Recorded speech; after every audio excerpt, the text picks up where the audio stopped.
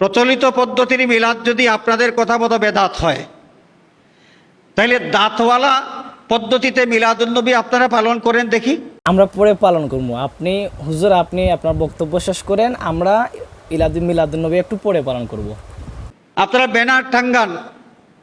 Banner টাঙ্গান যে ঈদে মিলাদুন্নবী মাহফিল, ব্যানার টাঙ্গাইয়া আপনারা কি করেন? ঈদে মিলাদুন্নবী পালন করেন এবং বেদাত মুক্ত ঈদে মিলাদুন্নবী কিভাবে পালন করতে হয় আমরাও দেখি। আপনাদের কাছ থেকে যদি শেখার থাকে আমরাও শিখব। হুজুর আপনি মুরব্বী হুজুর, আমি অত্যন্ত একটু ছোটো মানুষ, তার বোধ আমি বলি, আপনি প্রথমত বলেন ঈদে মিলাদুন্নবী পালন মানে ঈদে মিলাদুন্নবী যে পালন করেন, মিলাদুন্নবী মানে কি? নবী করিম সাল্লাল্লাহু আলাইহি ওয়াসাল্লামের জন্ম সবাই জানে, এটা আপনি জানেন, আপনি জানেন, ছোট্ট একটা মানে বাচ্চাও জানে। তো ঈদের জন্মদিন পালন করা কি? মানে জন্মদিন পালন করা ওই যে আমরা সচরাচর যেগুলো দেখি, যে তাহিরি যেগুলো অনেক সময় দেখছি যে কেক কাটা, হ্যাপি বার্থডে টু ইউ বলা হয়, যেগুলো মানে যাদেরকে বলা হয়, এটা পালন করা কি? এটা তো মানে এই যে মিলাদুন্নবী পালন করা মানে কি? জন্মদিন উৎসব পালন করা। নবী করিম সাল্লাল্লাহু আলাইহি সাল্লাম জন্ম হয়েছে, যে কারণে আমরা মানে এটা বোঝায় না যে আমরা দুঃখিত না, আমরা তো মানে কতটুকু খুশি সেটা তো আর বলে বোঝানো মানে সম্ভব না। নবী করিম সাল্লাল্লাহু আলাইহি সাল্লাম জন্ম হয়েছে, নবী করিম সাল্লাল্লাহু আলাইহি সাল্লাম জন্ম হয়েছে উপলক্ষে জন্মদিন পালন করবেন, মানে কেক কাটবেন, মানে এটা কি মানে এটা কি পালন, মানে এটা কি উচিত যে জন্মদিন পালন করা যাবে? এই মাসালাটা আপনি প্রথমত দেন যে জন্মদিন পালন করা কি? তাও তো করেন না। করার তো দরকার মনে করি না হুজুর, করার তো কোনো দরকারই মনে করি না। মানে ঈদে মিলাদুন্নবী আপনি প্রথমে মাসালা দিবেন, ফতোয়া দিবেন জন্মদিন উৎসব পালন করা কি, এরপরে করব কি করব না সেটা কথা পরে আসবে। তাও আপনারা করেন না, এই দুঃখ আমরা কোথায় বলবো? এক কাম করেন, জাঙ্গিয়া হুজুরের কাছে বলেন। আমি আপনাকে এখানে ছোটো করতেছি না, আপনার সাথে আমি কোনো ধরনের মার্কেটিংও মানে এরকম কিছু করতেছি না, শুধুমাত্র আপনার কয়েকটা কথার আপনি যে যৌক্তিকভাবে কথাগুলো উপস্থাপন করছেন, এই যৌক্তিকভাবে আপনার কথাগুলো জবাব দেওয়ার চেষ্টা করতেছি আমি।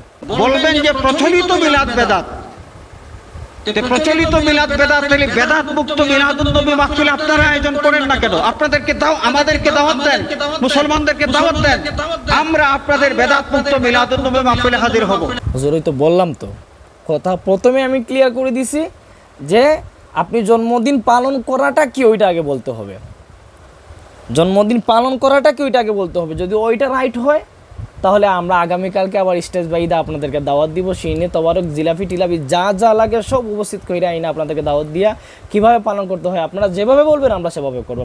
প্রথম কথার জবাবটা দিবেন যে জন্মদিন উৎসব পালন করা এটা কি? এইটাও তো করেন না, বরং এই রবিউল আউয়াল মাস আসলেই যেই মাসের সাথে মিলাদুন্নবীর সম্পর্ক,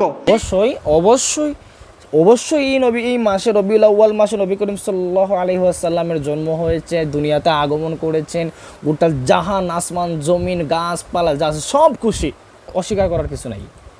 এই মাসের সাথে আল্লাহ নবী সাল্লাল্লাহু আলাইহি ওয়াসাল্লামের পয়দাইশের সম্পর্ক, সেই মাস আসলেই সিরাতুন নবী মাহফিল, সারা বছর তাফসিরুল কোরআন মাহফিল, ওয়াজ মাহফিল, ইসলামী মহাসম্মেলন, আর রবিউল আউয়াল মাস আসলেই সিরাতুন নবী মাহফিলের হিড়িক পড়ে যায়। এই কেন আপনারা এটা করেন এটা বুঝতে আর বাকি নাই। মানুষ এত বোকা না। আসলে হুজুর মানুষ এত বোকা না, আসলে আপনি মনের কথাটা বলছেন, মানুষ এত বোকা না। এই যে কথাটা আপনি আমাদের উপর চাপাই দিতেছেন, এই কথাটা আমি আপনাকে বলি, মানুষ এত বোকা না।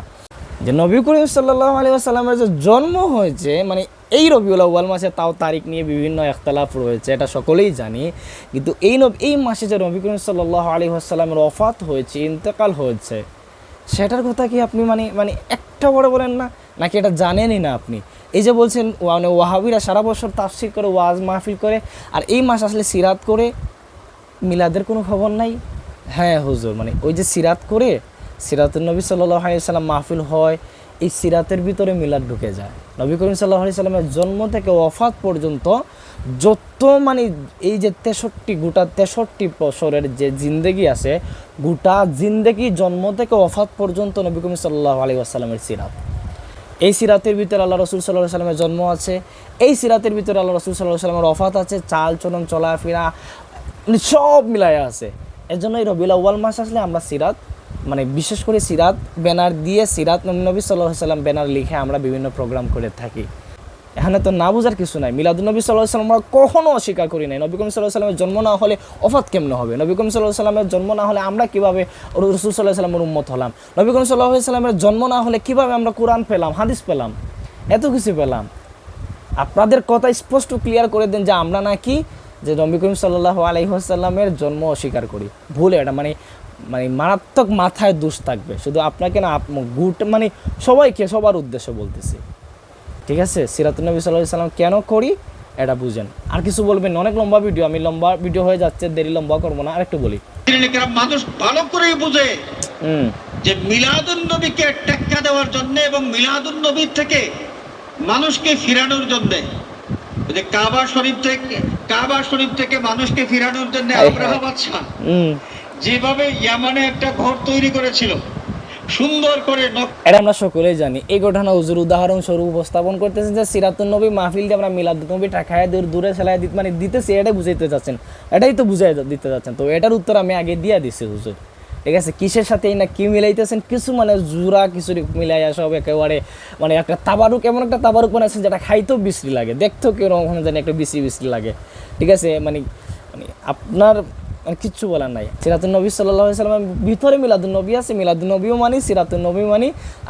আপনার কথায় ক্লিয়ারলি বোঝা যায় আপনি সিরাতুন নবী মানেন না, মিলাদুন নবী মানেন। তাহলে আল্লাহ রাসূলের শুধু জন্মটা মানলেন, আর ওফাত পর্যন্ত গোটা 63 বছরের যে চাল চরণ নবী করিম সাল্লাল্লাহু আলাইহি ওয়াসাল্লামের উঠা বসা, মদিনা মক্কার জীবনী, মদিনা, এগুলো কি আপনি অস্বীকার করেন?